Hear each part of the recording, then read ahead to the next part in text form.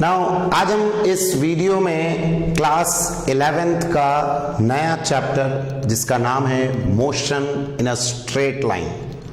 और आपको पता होना चाहिए अगर बॉडी एक स्ट्रेट लाइन में चलती है तो इसको हम वन डायमेंशनल मोशन या रेक्टिलिनियर मोशन भी कहते हैं। तो हमारा जो टॉपिक है that is motion in a straight line.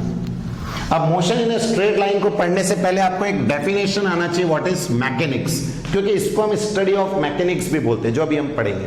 But केवल ये नहीं आता है मैकेनिक्स में, मैकेनिक्स की और भी ब्रांचेस हैं। तो पहले मैकेनिक्स क्या है? तो mechanics is the branch of physics that deals with the condition of rest या motion of the material object around us, कि हमारे आसपास जो मटेरियल हैं, जो ऑब्जेक्ट हैं, उनकी स्टडी काय पे, कि वो रेस्ट पर क्यों है और वो मोशन में क्यों है, उसकी स्टडी।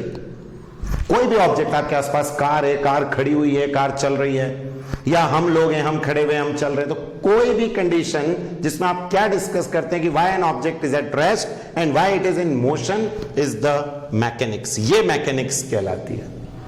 और अब इस मैकेनिक्स की कई सारी ब्रांचेस हैं, जिसमें पहला है स्टैटिक्स। और नाम से बताओ, स्टैटिक मतलब रुका हुआ।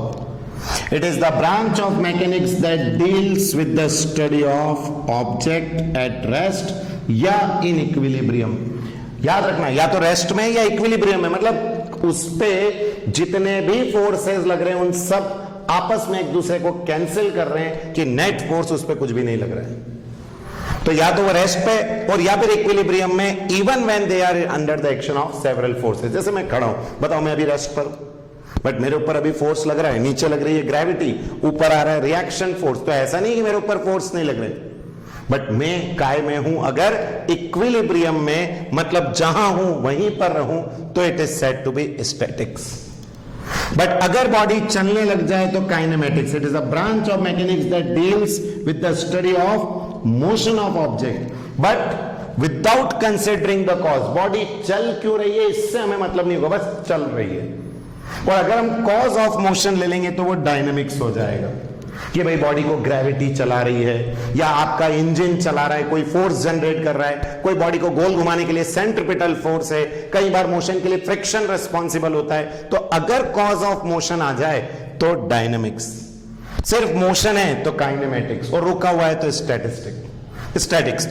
तो डायनेमिक्स क्या है? It is a branch of mechanics that deals with the study of motion of object but taking into consideration the cause of motion.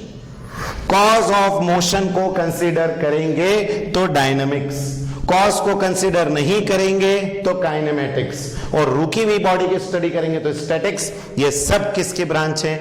Mechanics के। तो बताइए, क्लियर होता है व्हाट इज मैकेनिक्स एंड इसके सब ब्रांचेस। और अभी इस चैप्टर में हम डायनेमिक्स को नहीं डिस्कस करके अभी काइनेमेटिक्स को डिस्कस करेंगे, कि बॉडी मूव करेगी बट हम उसमें ये ध्यान नहीं लगाएंगे कि कौन सा फोर्स उसको चलाने के लिए रेस्पॉन्सिबल है। तो क्लियर है पहले कि हाँ, what we are going to start? Kinematics.